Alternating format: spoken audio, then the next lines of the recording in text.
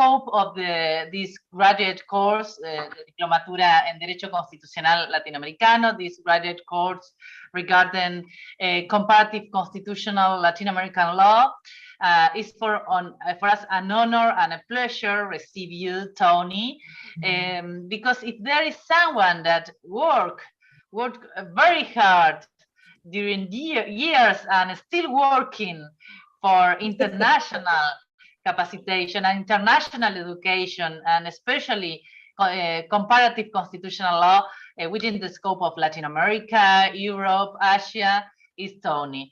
I had the opportunity of meeting her years ago, studying in Peru, and I think we visit many places together, and she embodies the international education.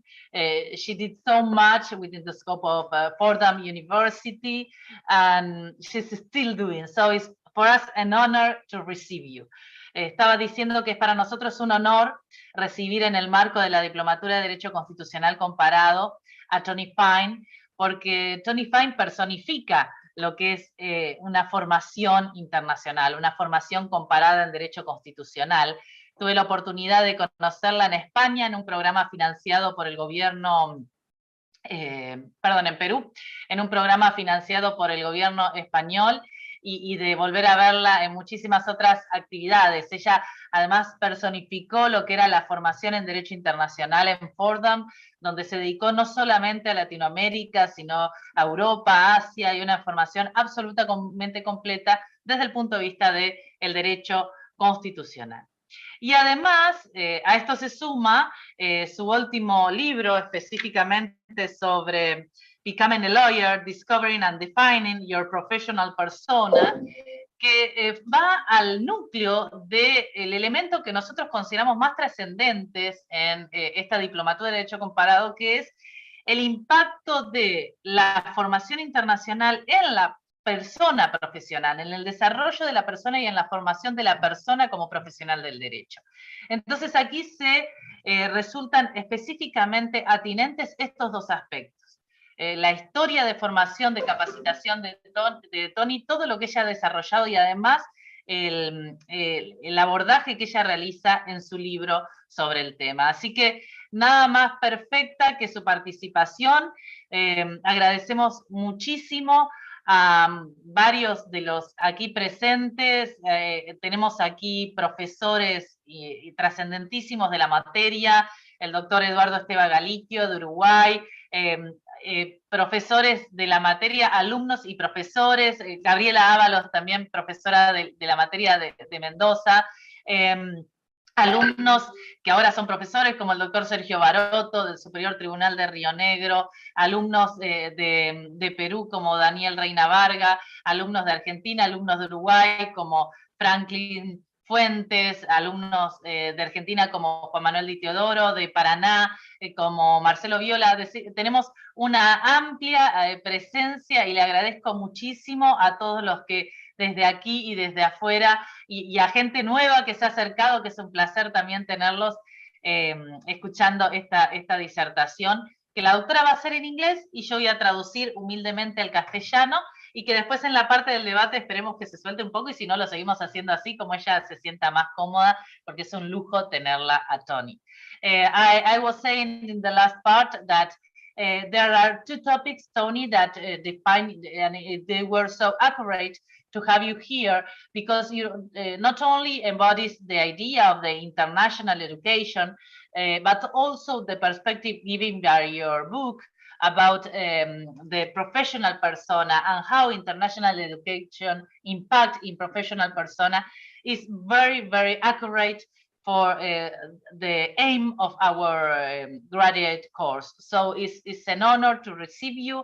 We have a very interesting group. We have professionals and professors from Uruguay, professors from Peru, professors from Mendoza, Argentina, and students of the Diplomatura that are also part of this group, the students from Rio Negro, from Buenos Aires, from Paraná. So it's an honor to receive you, and well, whenever you want, let's begin to talk about the relevance of the international education for the professional persona.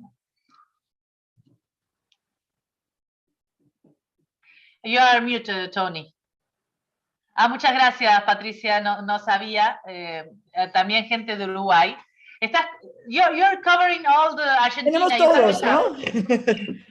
So, Sophia, the honor and the pleasure is mine, and I am so happy to see so many professionals along with graduate students. It's really a great honor. Sophia, you are just one of the people I love most in the whole world. And I was just thinking so fondly when we met at that conference in Lima on comparative constitutional law. And it was a great moment because you have been such a dear friend and colleague for all these years. So thank you. I will try to speak slowly, but I know that Sophia is going to translate from time to time. I do have a PowerPoint, and Sophia, I'll be happy to send this to you later, and you could share it with your colleagues. So I'm going to talk, I'm not sure I'm going to say what Sophia expected me to say, but I'm going to speak a little bit about comparative legal education and professional formation. And I'm going to start with an overview. First, I'm going to talk about the benefits of a comparative perspective, at least from my view. I feel a little bit like that's redundant because you're all here, and you're all here because you understand how important it is to have a comparative perspective. And then I'm going to talk a little bit about professional formation. ¿Quieres traducir? Perfect. Well, I remember we had a lot of fun there in Peru. I just gonna say that. But what she's saying is that the PowerPoint is gonna be allowed. You can have access, and she's gonna approach to two topics. The first one, the benefits of comparative perspective. She's saying, of course, if you are here, it's because you consider it a positive asset.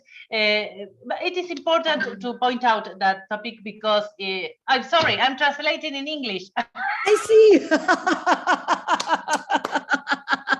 You're doing a great job. No, perfecto. Ella va a señalarse, va a abocarse a dos temas. El primero son los beneficios de una perspectiva comparada como beneficio para el derecho en general, y el segundo a lo que es la formación internacional en el desarrollo profesional.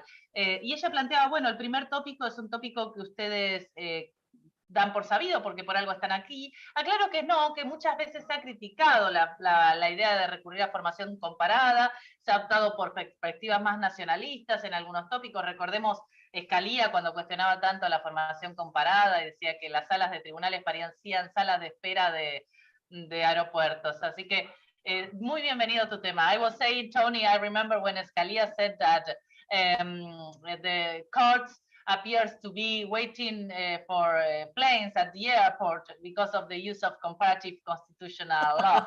So it's always important to point out the first topic. So completely. So I'm going to talk about why I think, and you may have other reasons for thinking that a comparative perspective is important. For me, it assists judges, speaking about Scalia, in the resolution of difficult questions. And so, you know, when our Supreme Court, for example, in particular, with issues on the death penalty, with issues on gay rights, always looked at sort of the world stage over the dissent of Justice Scalia. But a comparative perspective really allows us to see what other smart judges and other jurisdictions are doing. Tell me when you want me to stop, Sophia, sooner or later. Okay, I'll do the slide, and then it provides a basis for legal unification and harmonization. And we know that there have been many, many very successful efforts over the years to harmonize or unify laws across nations in order to be able to accommodate a global economy. The thing I probably like the most about a comparative perspective is that it increases our understanding of our own system. And I have to say that before I started teaching, I was very naive. I didn't even know what a civil law system was. And then when I started teaching students from civil law jurisdictions, from South America, from Europe, from Asia, from everywhere, students that come from traditional systems, tribal systems in Africa, it forced me to question my own assumptions about things and how things should be done. And that was, to me, has been the most, I think, illuminating element of a comparative perspective. Comparative perspectives inform national lawmaking. They allow us to extend our cultural awareness, our cultural sensitivity, and they improve our career prospects, our marketability, and our mobility. Perfecto. Bueno, en el primer slide lo que hace es indicar cuáles serían los fundamentos que a su criterio contribuyen o benefician de una formación comparada. La primera es que permite a los jueces, le da elementos a los jueces en la resolución de conflictos y señaló dos temas que fueron de avanzada como la Corte estadounidense, recurriendo a derecho comparado. Si no me equivoco, son los casos Lawrence versus Texas y Roper versus Simmons, en lo que es pena de muerte, el segundo, y derechos, matrimonio homosexual, no matrimonio, sino derechos a la privacidad de los homosexuales en el primero, y Equal Protection, implicó un avance muy importante en la jurisdicción constitucional, a pesar de las disidencias de algunos jueces, como eran Scalia. El segundo punto que ella señala es cómo genera la perspectiva comparada una base de unificación, de armonización. Pero el punto que más le genera positividad, que ella considera más relevante, es la posibilidad de comprender de manera más profunda el sistema propio.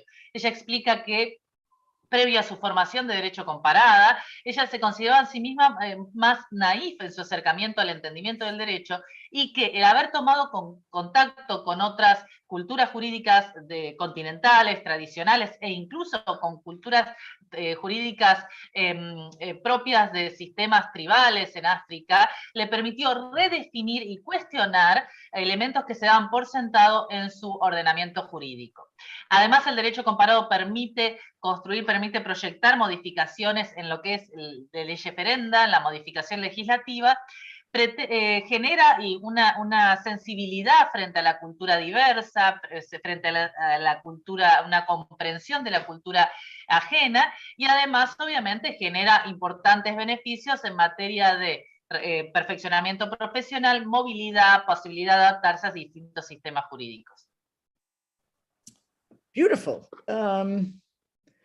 Study abroad, and I guess I should include teaching abroad or visiting as a researcher, because so many of you are so advanced in your careers. I think that study abroad is a really important part of comparative education. Now, I'll tell you that when I was 20 years old, I studied abroad. I was not a law student yet, but I studied abroad, and the things I learned, not just in the classroom, but especially just enjoying the culture. I studied in Madrid in 1982, and it was an experience that still sticks with me as the greatest learning experience of my entire life. So studying abroad, visiting abroad, teaching abroad, whatever you can do to engage deeply with other legal systems. And I always tell students from Latin America, and by the way, I forgot to mention at the outset, I love South America. I love Argentina. I love you mentioned Uruguay. I've only been there once. Many other places, Peru. I love South America. But it's frustrating when I see people from South America going to Spain to study, or another civil law jurisdiction. I think it's really, really important that if you have the opportunity and the language ability to try to learn the common law. And for me, for the same token, it would be very important for me if I had the language ability to be able to study the civil law. Perfecto. Comienzo entonces, lo que plantea es la importancia de la educación comparada en la formación, y no solamente una educación comparada en cuanto al contenido, sino el embeberse, el profundizar lo que es la cultura que acompaña esa formación comparada, y la relevancia, lo positivo que puede ser. Incluso no solamente hay lugares más análogos, como podría ser para el caso de Latinoamérica, Europa, Madrid, sino de conocer sistemas y modelos distintos en cuanto a su concepción jurídica. Y ella ha resaltado que ella ama Perú, Uruguay, Argentina. Yo quiero señalar que no solo ama, sino que ha fomentado y de manera muy marcada a profesores. Nos ha invitado, nos ha llevado al Columbus Circle, a la Fordham University, a debatir sobre jurisdicción constitucional comparada. Ha sido realmente una vía de construcción de ese enlace, ¿no? Es un amor correspondido y un amor que se demostró en los hechos, ¿eh? Así que eso lo quiero puntualizar. And I just want to say that, Sophia, you're doing this so much better in Spanish than I am in English.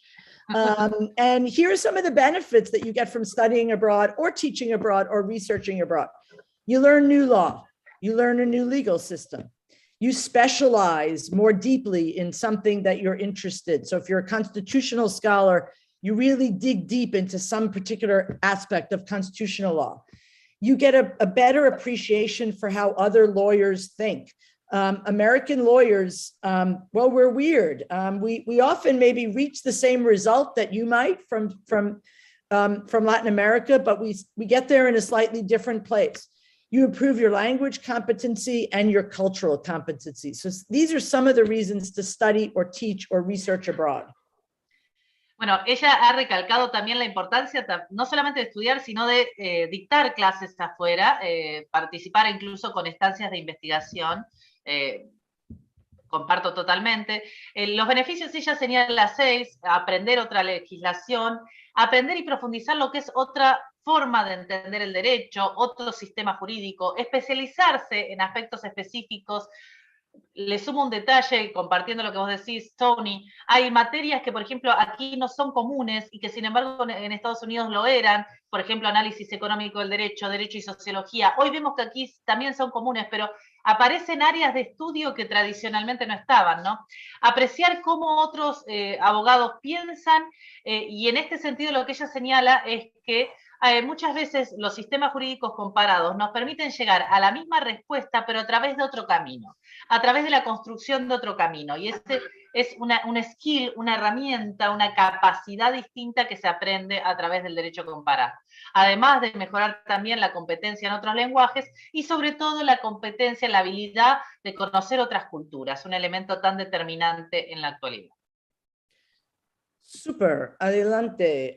More benefits. You can become licensed in another jurisdiction. For example, if you do your LLM, you can build a global network.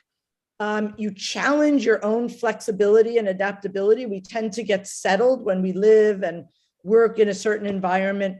You could step back and take a breath, which I think is really, really crucial for so many of us, given the pace at which we work. And of course, studying, working, teaching, researching abroad is an amazing personal and professional experience. I want to make you questions. I have to control myself. You can ask any questions that you want. If you want, we can leave it for the second part of the lecture, but she says, ella dice, ¿cuáles son los beneficios? Otro beneficio, bueno, es muy importante también obtener una licencia, por ejemplo, la posibilidad de presentarse en la bar, una licencia para actuar en otra jurisdicción o ejercer algún tipo de asesoramiento. Además, permite construir una red de interacción. Esto es sumamente importante. Nosotros estamos incorporando esa noción. Este programa, this program, Johnny, is quite new. We have it for 1 year, but the idea of a global network is one of our more important assets, and we are so glad to show you in this network. Nosotros, por ejemplo, la diplomatura, uno de los aspectos que quiere encauzar y fortalecer es la interacción con los profesores de los otros países, y esto es sumamente rico e importante. La posibilidad de desafiar la flexibilidad y la adaptabilidad, un tema que ella señala. Generalmente uno tiende a contracturarse, a dejarse estar, a quedarse quieto en una zona de confort, y en cambio la formación internacional permanentemente nos obliga a entrar en una revisión y redefinirnos y flexibilizarnos. Un punto que me parece sumamente importante, hacer un paso atrás y tomar un poco de aliento, respirar. Reflexionar, buscar la perspectiva, ¿no? Uno lo piensa en tantos procesos constituyentes que existen en Latinoamérica y que sin embargo no se hace eso, ¿no? De hacer ese paso atrás y tomar ese respiro como para tener la perspectiva. Además de que es obviamente una experiencia personal y profesional apasionante. Super.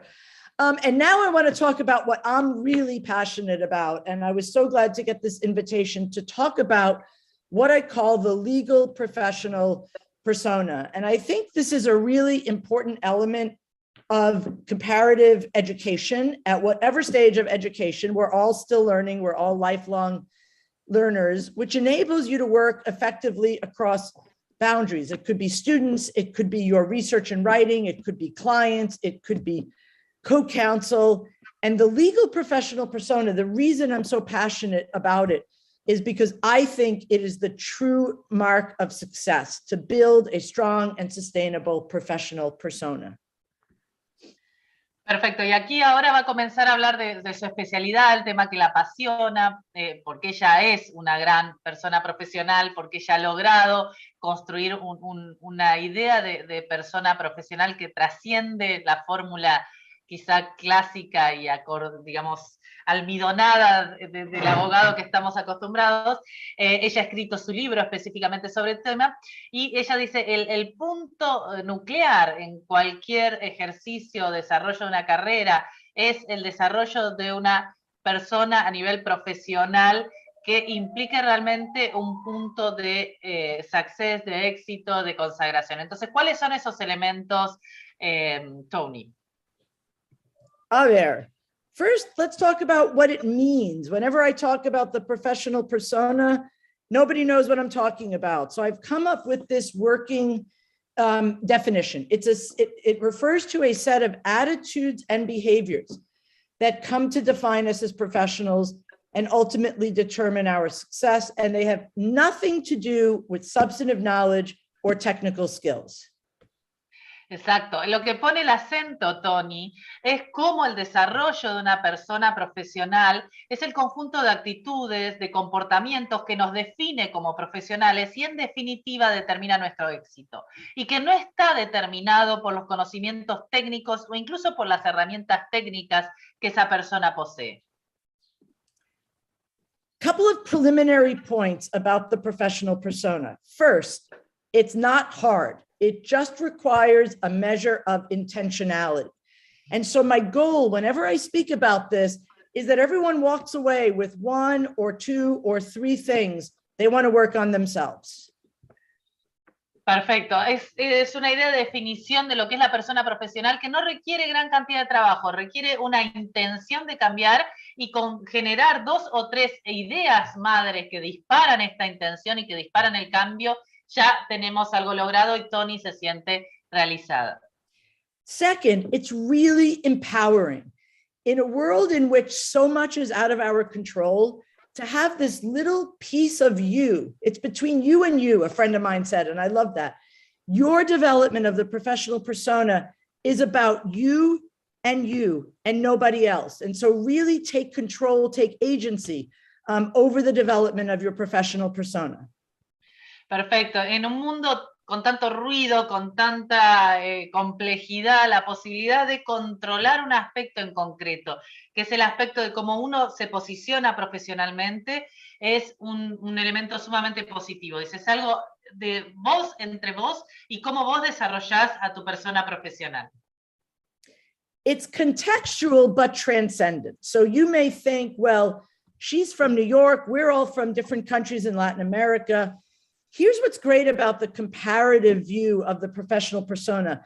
There are differences. And when you're in a room, a Zoom room or a physical room, you always want to look around and are you with friends? Are you with strangers? Are you with people who are, more advanced than you, more famous than you, more accomplished than you, and behave accordingly. But so much of what I'm going to talk about today goes across all boundaries. Really transcends all of the boundaries we might see in any context.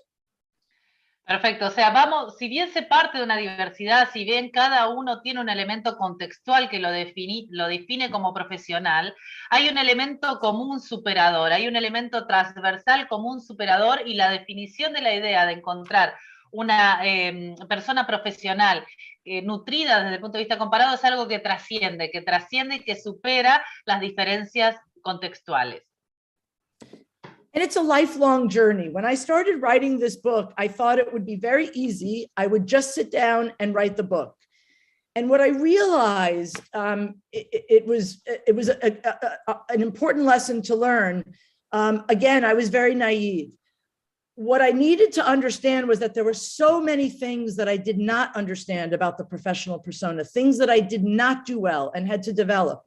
And so I realized that this is not something you do when you're young. This is something you continue to do throughout the length of your career and throughout the length of your life.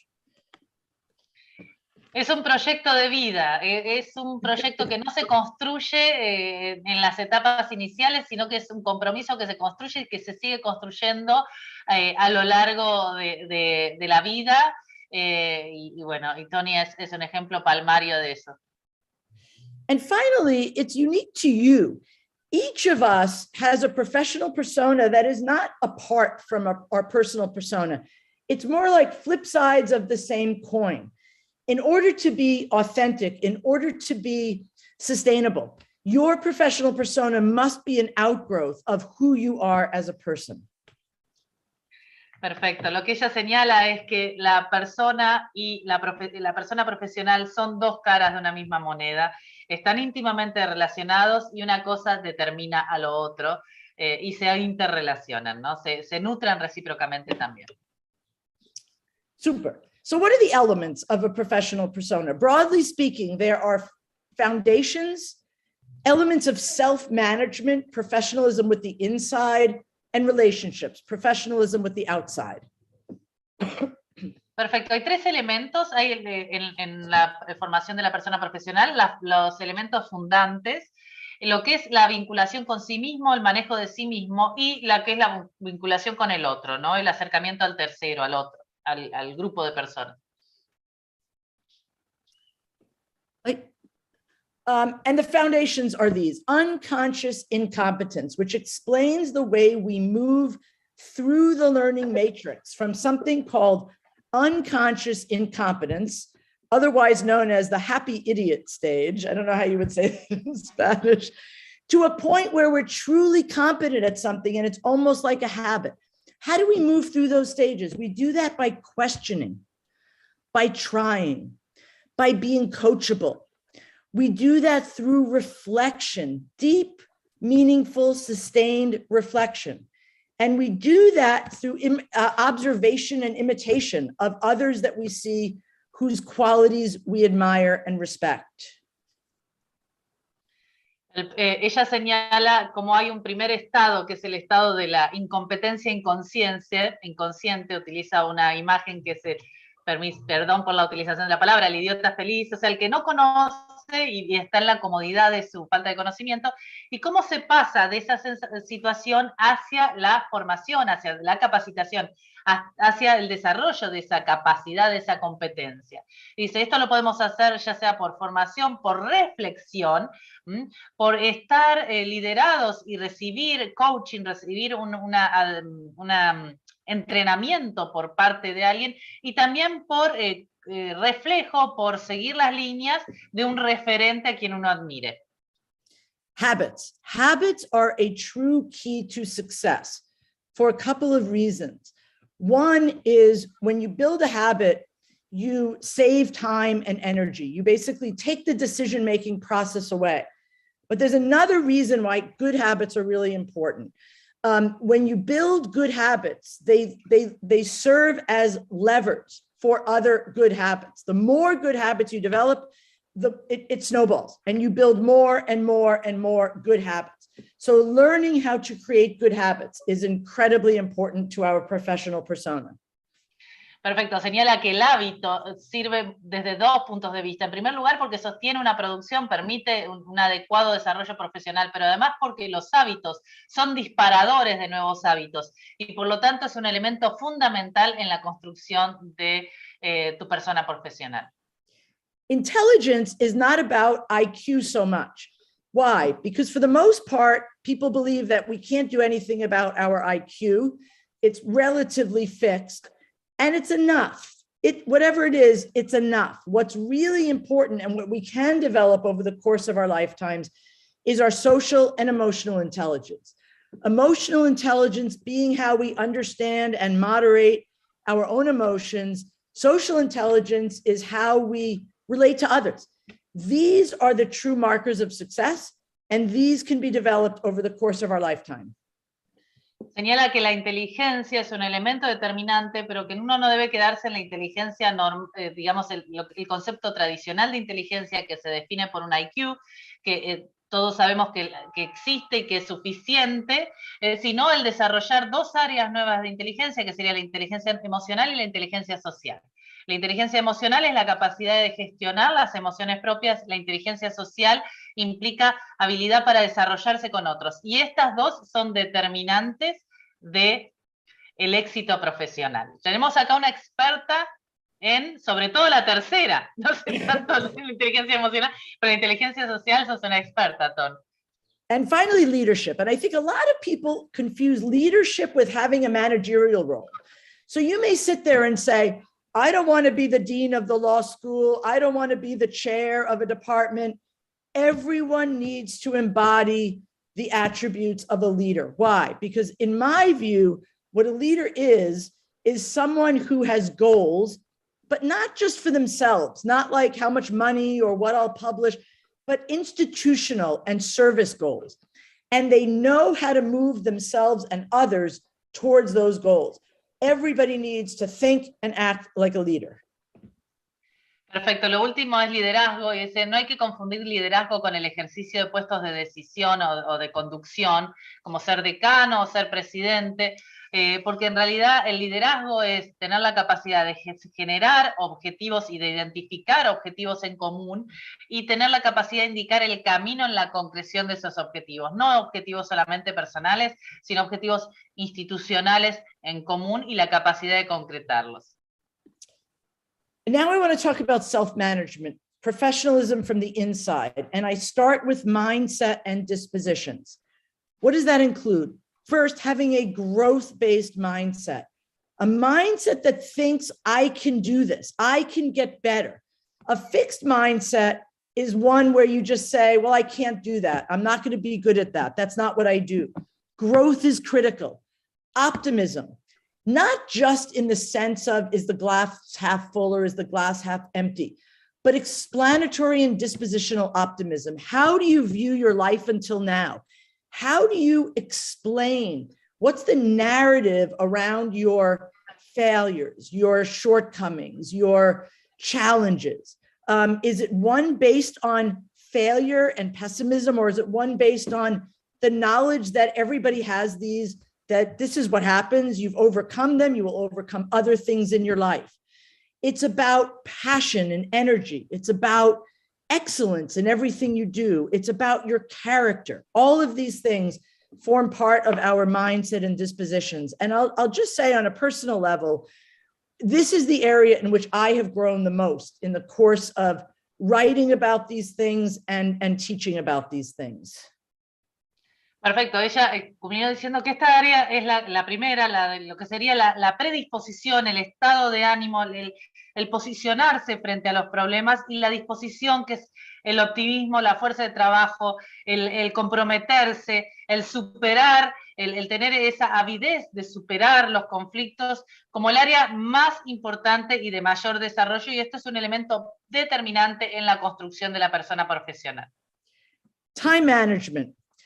Look, I don't have a magic bullet for time management. And if any of you knows how to perfectly manage time, I would love to speak to you and hire you as my personal coach. But there are certain things we can do to manage our time better. And one overarching tip I want to give you is this. If you think of time more like we think of money, you will be more deliberate and more intentional. I know for myself, and I'm not urging you to be not generous. We all should be generous. We've all benefited from the generosity. I've benefited from Sophia's generosity. I've benefited from the generosity of so many people. I can't even count them, but there are times when we do need to be a little bit more intentional and a little bit more deliberate about when we say yes to certain things, when we say no, how we say yes, putting up some parameters, some barriers, just that help us manage the time we have. When you think about time and money, for example, okay, if I were walking down the street and someone asked me for $500, I would say no, unless they had a gun. If somebody asks me though for an hour, I always say yes. And I'm trying to just be a little bit more thoughtful. Today, I said no to somebody. I didn't say no. I gave a soft no. I said, I can't do that this week. I could do it in 2 weeks. And that's something that I've only started to do. I think many of us are very, very uncomfortable with that. But I think it's really, really important to just take a little more control over how we manage our time. I'll let Sophia translate, and then I'll give you one other tip that I have found very helpful. Uno de los puntos señala es el problema del manejo del tiempo, un problema que tenemos todos y que es dificilísimo de solucionar. Nadie tiene un pleno control, pero ella señala, ¿qué tal si nosotros pensáramos, y esto no implica no ser generosos, porque obviamente la generosidad es un elemento determinante de la persona profesional, pero qué tal si tomáramos plena conciencia de lo que implica el destinar el tiempo y si lo pensáramos comparativamente como si fuese dinero, como si fuese moneda, lo entregaríamos con tanta facilidad, cómo lo distribuiríamos, cómo lo gerenciaríamos en nuestro desarrollo profesional.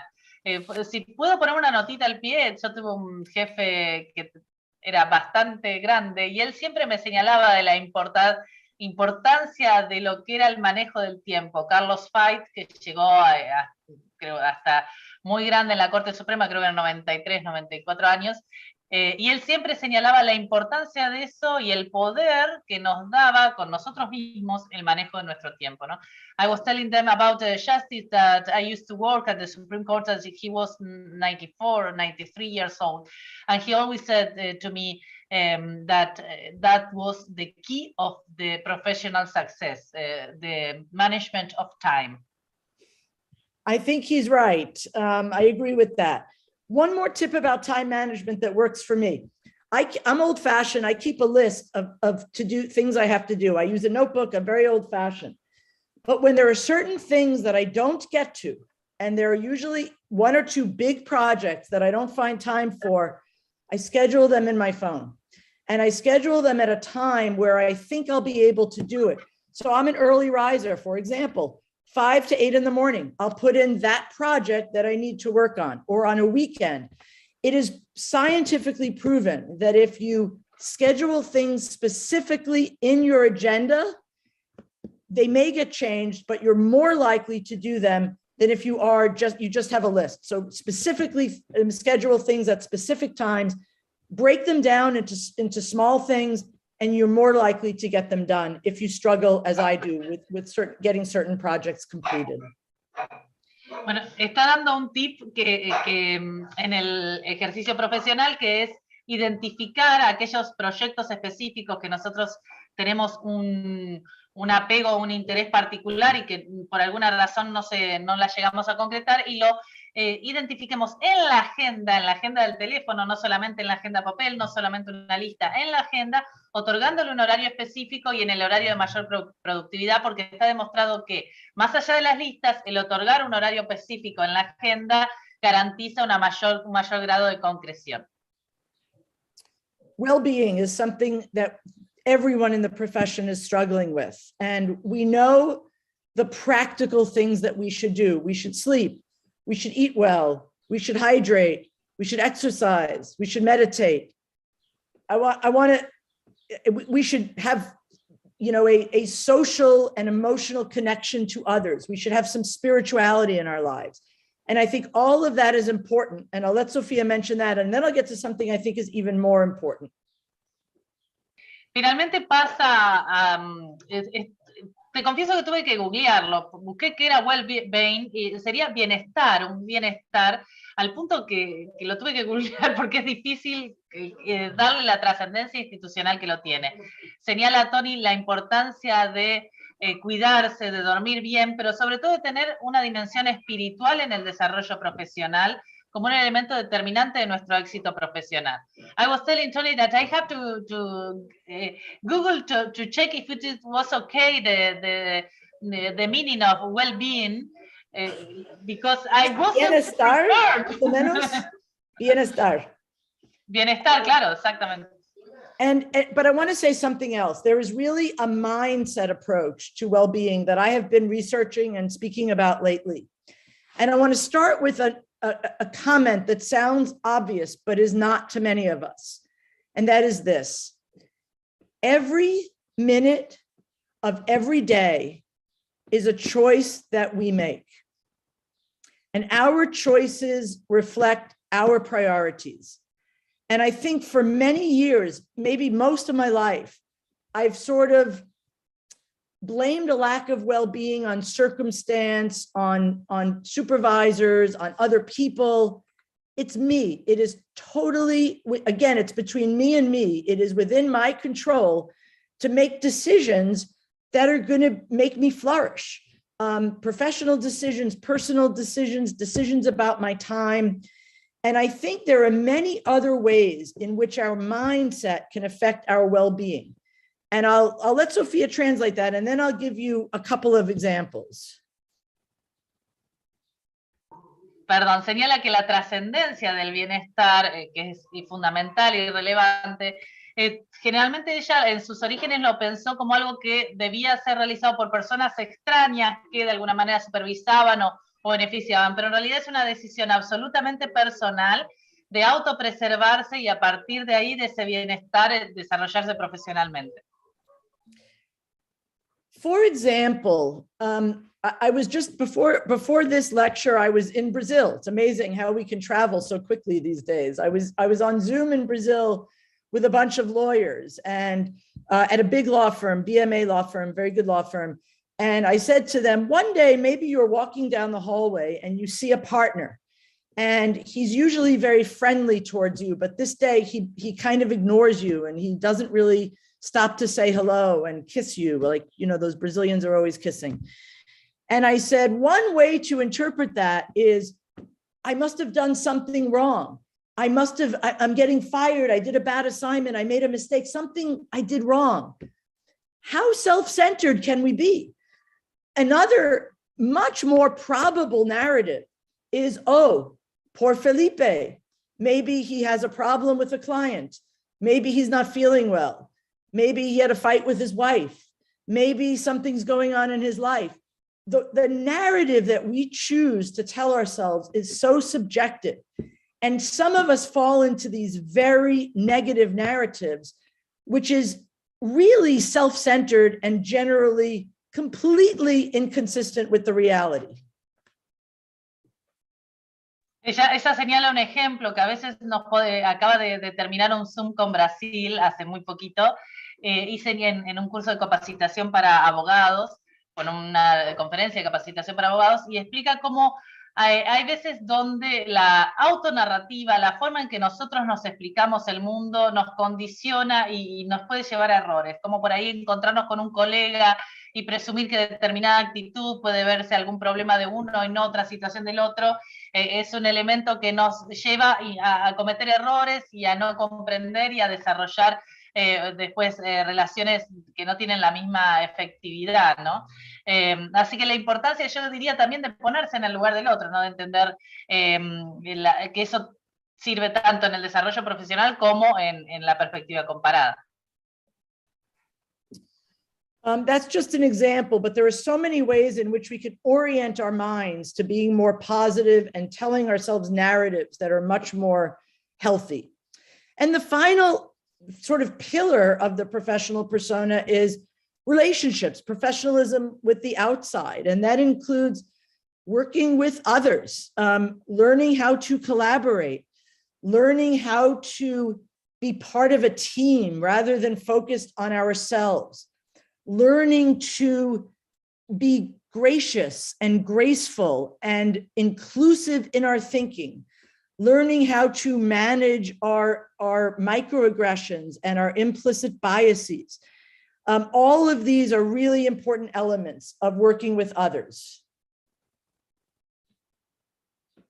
Perfecto. Y el último dice que hay muchísimas variables de prepararnos nosotros con una narrativa positiva frente al otro, pero que el último punto que quiere resaltar en torno a las relaciones a nivel profesional es la importancia de la interacción con el otro, el trabajar con el otro, el desarrollar vías de comunicación efectiva y de construir un vínculo eficiente y abierto hacia los otros en la construcción de la persona profesional, ¿no? Effective communication. We all know how important communication is. Concise, efficient, relevant communication, orally and in writing. But also the importance of what many people call active listening.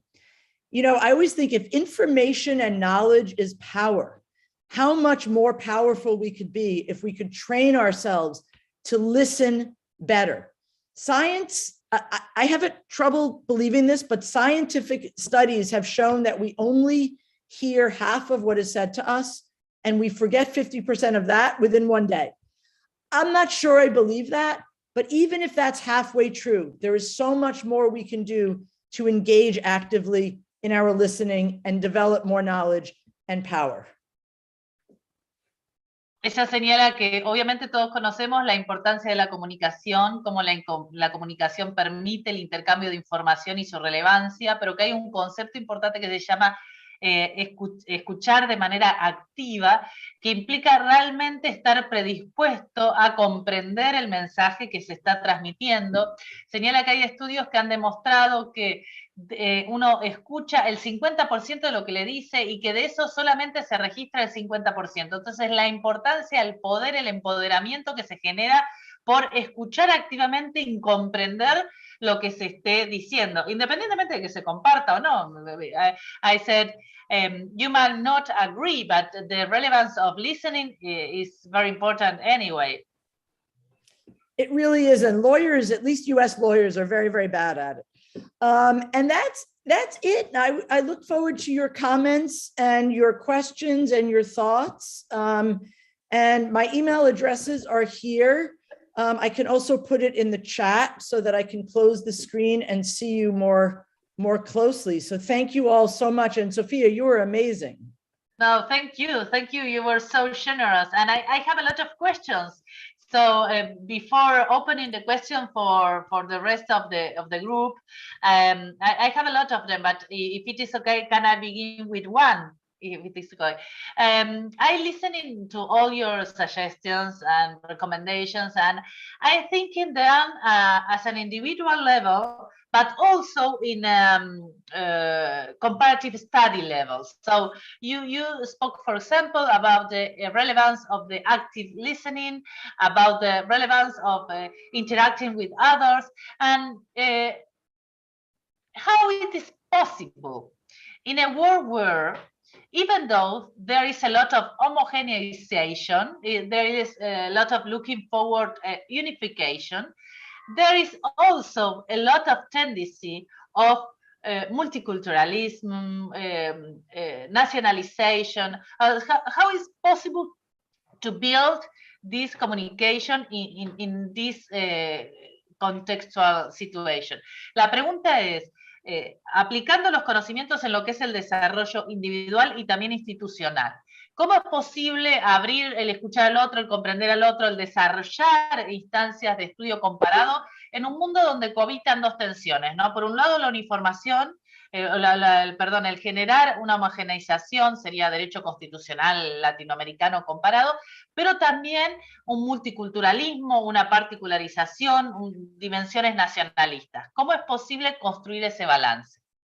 It's a great question, and it's a very difficult question. And I think, Sophia, it demonstrates the really, really enormous importance of listening, not just with our ears, but body language, all sorts of nonverbal cues that people may give us.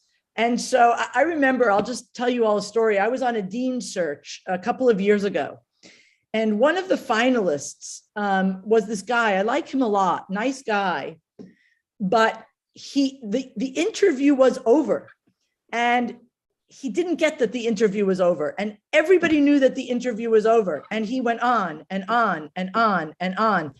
And it was very, very uncomfortable. And everyone said, hey, this guy is kind of clueless. He cannot read people at all. And so I think that we underestimate, well, we maybe underestimate and overestimate the differences amongst us. But I think if we are really attuned to other people, regardless of their cultural background, regardless of how unfamiliar we are with something about them, whether it's race, religion, gender, sexuality, age, that we need to really try to pick up on these sometimes very, very subtle clues that people are sending us in nonverbal ways. It's very difficult, though. La verdad que me parece fantástico el approach. Nunca hubiese esperado esa respuesta. Sincerely, I never expected that. Ella señala que en esta interacción y en esta idea de escuchar activa, esta escucha activa, es muy importante estar no solo atento a la fórmula tradicional de comunicación, sino a todas aquellas comunicaciones, a todos aquellos aspectos que nos trae el otro desde otras vías. Y estar atentos a aquellos detalles, a aquellas pistas que nos permiten comprender a mayor profundidad el otro. Cuenta el ejemplo de hace unos años que tuvo que seleccionar un candidato a decano para una universidad y que parecía una persona sumamente formada, era una persona sumamente formada, pero que en el desarrollo de la entrevista todos habían sentido que la entrevista había terminado menos él, y él continuaba. Entonces, el problema fue que esta persona no era capaz de identificar lo que estaba ocurriendo con el otro, la importancia de identificar esto. Creo que eso nos invita a todos como profesionales a superar nuestra zona de confort y realmente intentar entender al otro sistema, al otro profesional desde otras perspectivas, algo que tal vez aparece como tan básico, pero que sin embargo hemos olvidado y eso nos ha impedido superar tantos obstáculos, ¿no? No sé si hay alguien que tenga una pregunta en concreto, si no yo puedo seguir preguntando, si alguien quiere puede levantar la mano. ¿Está Tony o se fue? Emmanuel? Ah, sorry, you moved, so I couldn't find you. Is there I'm here, any I'm still here. Yeah, sorry. You know, Tony, we have two professors of Uruguay that are great. Three.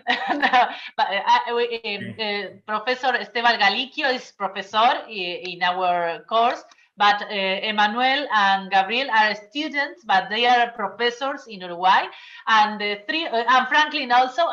The four of them have two questions. They are from Uruguay. They have been so active during all the course last year that they are like our rock stars. So if it is okay for all of you, I will first give the word to Esteban Galiquio. Y si les parece bien, le doy primero la palabra al maestro, que es el doctor Esteban Galiquio.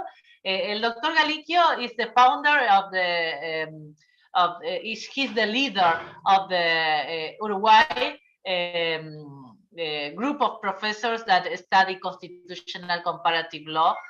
So we are glad to hear you. Doctor Esteban, le escuchamos a usted la pregunta primero. Thank you, Sofía. Hi, Tony. Really nice to see you. Yes, one question about the first part of your excellent presentation. What do you think about the importance of the comparative law about the jurisdiction of the Inter-American Court of Human Rights? It is possible to think that comparative law was a change, a mutation, a transformation of the system, of the Inter-American system? Thank you.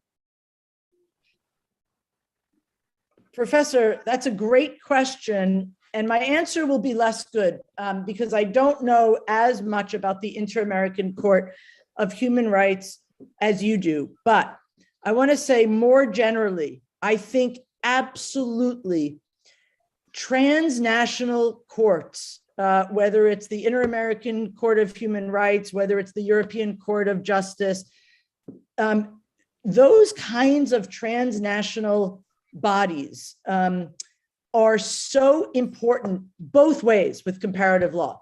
They receive the knowledge of the different countries within their jurisdiction, but even beyond. And that is a beautiful thing, rather than US courts looking at US precedent, Argentine courts looking at Argentine precedent, Uruguayan courts looking at Uruguay precedent, to look in a more pan-global way. But also, I believe that those sort of global courts or transnational courts also have an impact on societies. Even the US Supreme Court, which is notoriously reluctant to cite anything foreign or international or comparative, has referenced, I believe, the Inter-American Court of Human Rights and definitely the European Court of Human Rights. So I think, especially on death penalty cases, I mean, the whole abortion thing is something that we could spend many hours talking about now. You probably know what we're expecting here in the US based on the Supreme Court leak. But I think, Professor, that is such an important comment, both ways. They inform and they are informed by. And I think that's exactly what should be. And we should be more willing to be informed by and inform those kinds of transnational courts. Thank you, very interesting. No sé si es necesario que traduzca. Me parece que no, ¿no? Alguien no sé, Tony, ¿te parece bien que lo traduzca o seguimos con las preguntas en inglés? Si no, lo hago muy sintéticamente. La pregunta del doctor Esteban Galiquio iba por el lado de la trascendencia o el impacto de las cortes regionales en derechos humanos o internacionales en derechos humanos en la construcción de un derecho comparado y un derecho común. Su posición sobre el tema. Y lo que señaló Tony es que le considera que es un elemento fundante y determinante, tanto porque se informa de manera comparada, es decir, la Corte Interamericana se nutre de las distintas posiciones de los distintos países y a su vez informa, repercute de manera positiva. Perhaps if I might add a small question related to that, but do you think that, for example, comparative constitutional law in Latin America has to find its source in the Inter-American Court of Human Rights? Because there are some papers of Eduardo Ferrer MacGregor and Humberto Nogueira Alcalá that says that the unification of the interpretation by the Inter-American Court of Human Rights is the source of the new comparative constitutional law in Latin America. So it generates a big conflict regarding it. What do you think? So I don't know enough about the jurisdiction. That's another thing I want to study of the European Court of Human Rights. By the way, is Diego Ferrer still on the court? Yes, from Mexico. He's an old friend of mine. He's brilliant also. Brilliant. You know, I don't know enough about it. What I want to say is that nations still have their independences. I just don't know enough about the jurisdiction, I guess I should say. I feel like nations should still have the opportunity to reflect national goals, national ambitions, national principles and priorities. But there is a point at which those national goals, principles, and priorities might defeat human rights goals that should be pan-continental. And so I guess that's a bit of a workaround and a bit of a cowardly response. I think maybe what I'm saying is that the International Court could set a baseline, but never a high point. But I really don't know enough about its jurisdiction. Perfect. It's the criteria that Eduardo Ferrer adopted in Cabrera García. La pregunta era, bueno, pero entonces el derecho común latinoamericano tiene su fuente en la interpretación de la Corte Interamericana, y lo que señala Tony es que habría que tener en cuenta la regulación específica de lo que es la competencia, pero que se entiende que los países deben tener todavía la posibilidad de definir sus objetivos, sus principios. No me acuerdo qué otra palabra you said, goals, principles and... priorities. Y prioridades, exactamente. Pero igualmente estos objetivos, principios y prioridades pueden tener como límite los derechos humanos, no deben afectar los derechos humanos. Entonces, la Corte Interamericana puede establecer la base, el piso, pero a partir de ahí pueden construir los estados siempre mira hacia una mejor tutela sus propios objetivos, principios y prioridades. Excelente, Tony, muchas gracias. Bueno, vamos entonces a la pregunta de Manuel. Manuel es un joven profesor uruguayo, brillante, ahora se va a estudiar a España, si Dios quiere, y ojalá algún día pueda pisar también Estados Unidos, es un profesor excelente. Manuel, te escuchamos. Well, first of all, Tony, you made an awesome class, so thanks a lot. Thanks a lot for being awake such a late in the US.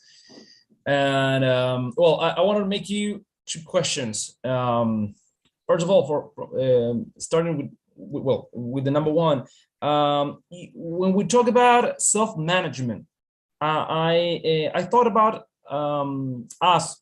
I mean, lawyers, that we work with conflict itself all the time. So should we have, I mean, are you suggesting that we should have some kind of psychological coaching all the time? I mean, as well as we have counters, as well as we have, I don't know, some kind of people that work with us. Should we have someone that work with our minds? Because as I said, we are working with conflict itself all the time. And the number two, or the second question, just and I'll leave you in peace. The last question is, I heard about, I mean, I was reading about an Italian constitutional professor. He worked with comparative constitutional law. I'm talking about Lucio Pegoraro. He used to say that when you are in a comparative work, I mean, you are studying in a comparative way, you got to know the culture of the place, not only the law itself, if not, and how people understand their constitution, how people feel about their constitution, and all those elements help to interpret and to make the comparison. So, yeah, I mean, following your line of the class, should we or shouldn't we travel more? I mean, so is it the only way to make a real good comparison, or a really good comparative task, or I don't know how to call it? So that's all. Thank you. First of all, Emmanuel, your English is excellent. I'll deal with the second question first, and I do think that the point you just made about comparative law and comparative culture is really, really important. And I think it's why implantation doesn't work, right? So, I mean, look, Argentina tried implanting much of the US Constitution. I think some of that worked and some of that didn't work. And the reason it doesn't work is we're very different countries. So sometimes people will ask me, I give lectures a lot to groups that come with the State Department about US style federalism. And the question I always get is, oh, should we be federalists too? We're a centralized system. Should we have federalism? And I never fall into that trap. I will never say, yeah, federalism's awesome. I say it works for us in our particular socio-geographic, economic, political culture, but it doesn't work everywhere. And that's why I think implantation, we have to be countries like mine have to be very, very careful when we go abroad, right? Americans are always saying, oh, you should do it like us because we're the best. Well, we're not the best. And even if we were the best, it doesn't mean it's going to work in Argentina or Uruguay or anywhere else. And so I do think that having an understanding of culture is really important to comparative law. They go hand in hand. And I do think ideally, Emmanuel, you'd go back and spend time in Spain, you'd go spend time in Italy, you'd go spend time in Japan and China and Germany. Of course, that's impractical for most of us. And so what I think is great about this forum, for example, is at least it brings together people from all over Latin America, all over South America. And that's a start. And listening, and again, listening, understanding, and trying to learn. So for example, if you learn something about, Italian law and you say, well, that's weird, to sort of try to understand the culture enough to be able to understand why they do that, right? And when I explain US style federalism to my students, or I don't know, something, the jury system. Here's a perfect example. The jury system. Everyone thinks the jury system is insane. And it kind of is, until you understand that it derived directly from a list of grievances we had against the British Crown, right? It is a direct line to grievances against the British Crown. And when you explain that, people understand it a little better. So I think it's, again, you don't necessarily need to travel all the time, but having these kinds of dialogues where we explain, you know, let me just give you an incredible example that someone once said to me, and I was shocked by it because I never thought about it before. I was explaining punitive damages in civil cases. And someone from Germany said to me, is that because your criminal system is not good enough to accommodate those kinds of actions? And I was dumbstruck because I never really thought about punitive damages. I understand that it's controversial, but I never thought of it as a shortcoming of our criminal system, which a German, of course, would see. And so it just, the more you learn about the culture and the background and the history, it really informs constitutional law. So maybe, Sophia, next time we all meet together in some exotic European location so we can ask those questions. But Emmanuel, I could see why Sophia thinks you're brilliant, and that question is so thoughtful and important. The first question, look, here's a big reason behind why lawyers suffer from well-being. As you said, Emmanuel, we are constantly confronted with conflict, and we're constantly evaluating risk. That's the other thing we do, not just conflict. We always see the problems, right? And we're trained to do that, and that's really important. But it does lead to risk adverseness and sort of maybe an adversarial approach to things in our other aspects of our lives that don't serve us well. I don't know that we all need counseling, but I think we all need to have a little voice on our shoulder that sometimes says, this is not personal. Or, you know, you can identify risk and act on risk when it comes to your client. But you know what I did last weekend? And I'm very afraid of everything. I went rowing for the first time. Some friends invited me to go rowing. And I went rowing in the Genesee River. And the old me would have said, oh my God, by the way, they didn't even put vests on us.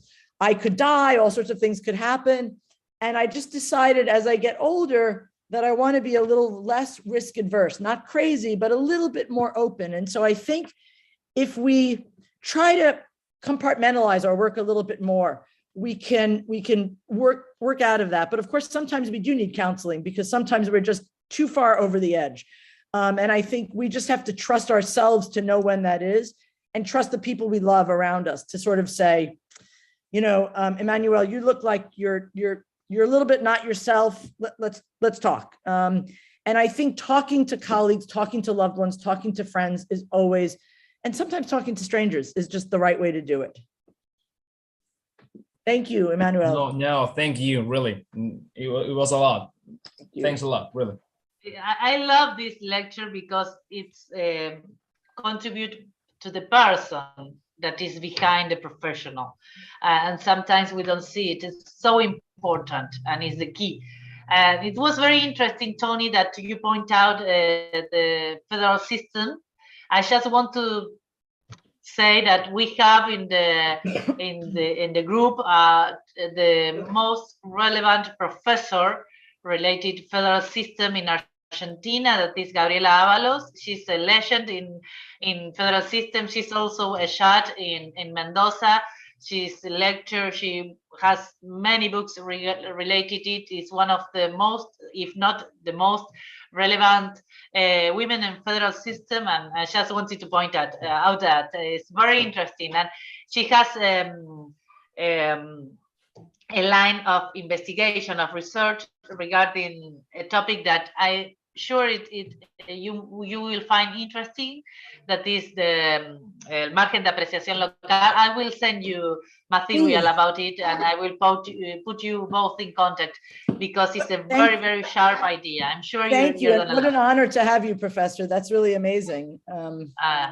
She's muy generosa. she's also Sofía. a very friend of mine also. But it's true, Gabriela. Estoy totalmente afónica, pero muy generosa. Así que vos traducís. I don't know what you have been talking about, that I'm sure you were lecturing a lot, but you know, she's a young woman that is, I would say in Spanish, dice las cosas como deben ser dichas y tiene una relevancia muy importante en el ámbito académico argentino. Bueno, tenemos una pregunta de Gabriel y una pregunta de Franklin. So we have Gabriel and Franklin. Gabriel, you want to begin? Thank you, Professor Sofia. Tony, first of all, I would also like to thank you. It really was a pleasure to listen to you. Maybe I'm going to ask you for an advice. It's not just a question, but thinking that in our world, lawyers' world, that modesty is seen like a weakness. It's really, really difficult to listen to others and to admit that we were a mistake. So the importance of working in group and the way to define ourselves or to define our professional persona, how important is to help others to listen.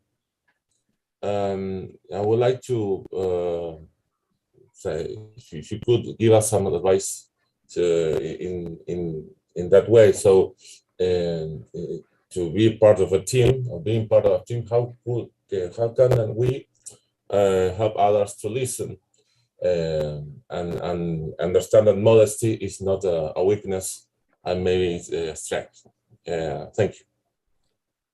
Oh, that's a great question, Gabriel. And I think you're absolutely right. The standard lawyer never makes a mistake, never admits weakness, never shows vulnerability. And I think the younger generation is so, I love the younger generation in some ways. Some ways they're infuriating, of course, but I think they show us a level of humanity in the profession that we haven't seen before. And what I always do when I'm in a room giving a lecture about this, I usually ask, whether it's a Zoom room or a physical room, I'll say, raise your hand if you've ever made a mistake. And of course, my hand is the first one up and almost everyone raises their hand. And I try to explain that making mistakes is sort of part of the human condition. It's not a weakness to admit it. And I think when people realize that not only do I make mistakes, the person next to them make a mistake, the partner in the corner, their professor, everyone has their hand up, that they realize that they overblow their reactions to their own mistakes. And that the gracious way to make mistakes or to deal with mistakes is to admit it, take responsibility, do what you can to fix the problem you created and put in place some procedure so it doesn't happen again. And if they see more senior people do that, so with my team, I always make mistakes and I always admit it. I always say, wow, I forgot to mention that in that meeting. I can't believe that. That was the main thing I wanted to talk about. I don't know where my head was, I forgot. And it gives them a little psychological safety, I think, to make their own mistakes. But I always do it what they would want. I say, well, here's my plan. I'm going to follow up in an email and mention that. You know, I always sort of try my best to also come up with a solution so that they could see that's important. Helping others, I think when others see that you as a more senior person can show vulnerability, can show that you've made a mistake, and that you will respond in a way that is mature, then they'll be able to do that and understand that it's much worse to hide a mistake. Usually the ramification of that. You know, there are also listening exercises that I'll sometimes do with my team. I did one last week at a law firm where I had two associates talk to each other. I had associate A would talk to associate B for 2 minutes nonstop. no interruptions, no pauses. And associate B had to sort of say what she learned from associate A. And you realize how, when you're listening to someone, your mind goes somewhere else. And you really, when you see that, you really realize how important it is to try to shut down and focus. And that's a really good thing about meditation, by the way. I don't meditate in a standard way, but I've just started doing yoga, which I hate. And part of the reason I hate it is it's boring and my mind goes to other things. And part of my yoga training, for me at least, is trying to be present in that moment. Not that I think it matters if I'm present at yoga or not, but trying to train myself to be more present when someone's speaking to me or when I'm focusing on something. I probably have attention deficit disorder, which, I mean, when I was a child, nobody taught, that didn't exist. You were just sort of stupid or lazy. But my mind is very sort of all over. And so I'm using yoga to try to train myself to be more focused, with mixed success. But I think it's all about being a really good role model for the people around us. I don't know, Gabriel, if that helped. Tony, thank you. Yes, I was thinking in our teacher's label too, that maybe in teaching, modesty is seen like a weakness too. But it's really, really helpful. You're right. Thank you very much. Good, thank you. Let me know how it goes. I just want to say that Gabriel has, he works in the legislative power in Uruguay. So he moves between sharks, and so it's very important.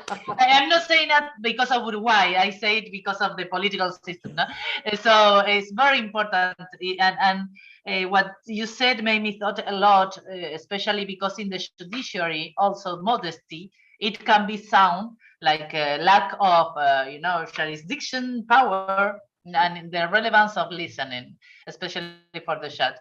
So we have the last question for the moment. That is Franklin. Franklin was also is also a professor in Uruguay. He was a student last year. He also studied in Spain, and he's a great persona. He embodies many of the assets that you point out during your lecture, Tony. He's a very special human being. So I'm glad to hear his question as the last one. Muchas gracias por la exposición, la verdad que muy excelente. Mi pregunta es, si usted cree que puede ser trasladable las soluciones adoptadas por el sistema del Common Law a la jurisprudencia de la Corte Interamericana de Derechos Humanos, y bajo esas circunstancias, ¿en qué casos o podría adoptarse, digamos, esa solución? Muchas gracias. Una pregunta para trasladar la pregunta adecuadamente, Franklin. ¿Vos te referís al método del common law, al método del precedente o a las decisiones? Perdón, sí, a la regla del precedente obligatorio, del estar de sí. Sí. So the question is if it is possible to translate into the inter-American system of human rights, especially the action of the Inter-American Court of Human Rights, the stare decisis, the system of the stare decisis. If it is possible, according it is known within the scope of the common law. I don't know if it is, if I said it correctly in English. I understand. I think I understand. And it's another great question that, again, I feel unqualified to answer. And this is where the transportation becomes problematic, right? Just take US style precedent and move it to a civil law jurisdiction, or even worse, a court that is pan civil law jurisdiction. Look, I know that certain countries, anyone from Brazil, I think not. Brazil has played with precedent and stare vinculante, they call it. I think it's always possible to import some system of precedent and stare decisis. It's a harder question whether it's a good idea, right? And I don't feel qualified to say that. I think it's always possible. You know, I could come in a complete outsider. If the Inter-American Court of Human Rights invited me to Costa Rica, I would come and I would say, yes, here's how you do it. You do this, you do this. Here are some options. It's always possible, but I don't know enough to know if it's a good idea. And if it were implemented, in what fashion? So something more like the Mexican approach or the Brazilian approach, or more like the US approach, which is pretty deep and a pretty major departure from where most or all Latin American countries are now. So the answer to the question, I think it's possible. I just don't know it's a good idea. Bueno, la respuesta dice mucho, a pesar de que pretende no decir tanto, porque dice, es posible, obviamente, es posible hacer un trasplante. El problema ¿es una buena idea o en realidad es necesario abrir y escuchar también a las otras versiones, a la versión del método de precedentes que está aplicando México, a la versión del método de precedentes que está aplicando Brasil? Yo le sumaría también el método de lo que es la cosa juzgada constitucional en Colombia o el método del precedente constitucional en Perú.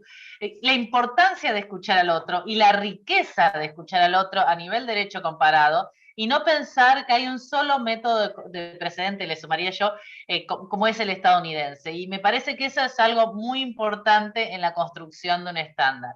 Otra pregunta sería, que no la quiero ya involucrar a Tony porque es más específica sobre el tema, es, claro, cuando no tiene ningún tipo de método, la falta de total método frente a una jurisprudencia vinculante, pues, pero eso nos lleva a otro aspecto, ¿no? Pero claro, no es solamente un método de precedente estadounidense. Hay muchas realidades, muchas respuestas. No sé si hay alguna otra pregunta. Ya ha sido muy generosa Tony con el tiempo. Me sé. Well, es un placer. Yo te agradezco mucho. For me, it has been a present. I always wanted you to share with us. Para mí ha sido un placer. Siempre he querido traerte. Because many times we associate United States with success with an idea of being individualist, of a very, very scope view of what can be success. And it is very important for us to consider that there are also in United States very important people that is coming back to the relevance of the person, to the relevance of the interaction with the others in the conception of what is mean a professional persona and a professional success. Is very important. I know that this book is a work after a life of fulfilling goals and a life of success that I could be witness. O sea, yo sé que este libro y esta concepción del éxito profesional con la perspectiva que nos dio Tony es la construcción después de una vida de haber armado un camino exitoso, porque creo que es una de las personas más queridas. ¿Vieron esa gente que uno va a dar un beso y saludar en los congresos y que todo el mundo se llena alrededor de ella? Y no solamente porque invita a New York, sino porque realmente ella es la que convoca. Y eso es un tesoro, sinceramente, que uno tiene que valorar. Y que eso lo diga un profesor de Estados Unidos, donde la individualidad siempre es concebida como un valor estadounidense, es muy, muy importante. For me, the relevance of this course, particularly, is the human group, professors and students, and that you could share with us this moment is extremely, extremely important for us. Así que, so if you want to close, thank you so much, Tony. Thank you so much. I hope you can present your book in colegios de abogados, because it's very important for young generations to understand what is to be successful and what is relevant as a professional career. So I hope we can arrange in different places the presentation of your book, but for the moment I don't want to take you more time, so I give you the microphone for the last minutes. So, Sophia, that was very generous, very lovely. And I just want to say what a joy it is to be with you, Sophia, and your colleagues, brilliant professionals. And I would love to come to Argentina or all these places that you come from, Uruguay. I would love that. And I really, I feel very passionate about this topic and sharing what I've learned to young lawyers and also not so young lawyers, because I think maybe we're a little bit more open to some of these concepts when we're a little more mature. And I am so grateful to all of you for your time and your kind words. And I hope we'll meet in person. And Sofía, te mando un abrazo súper fuerte y ojalá que nos conocemos personalmente dentro de poco. Va a ser así, lo vamos a hacer así. Chau, te chau. manda saludos papá, te manda saludos Pablo Garabarino, que estuvo tratando de conectarse. Gracias, chao. Muchas gracias. Un beso. Hermosa reunión.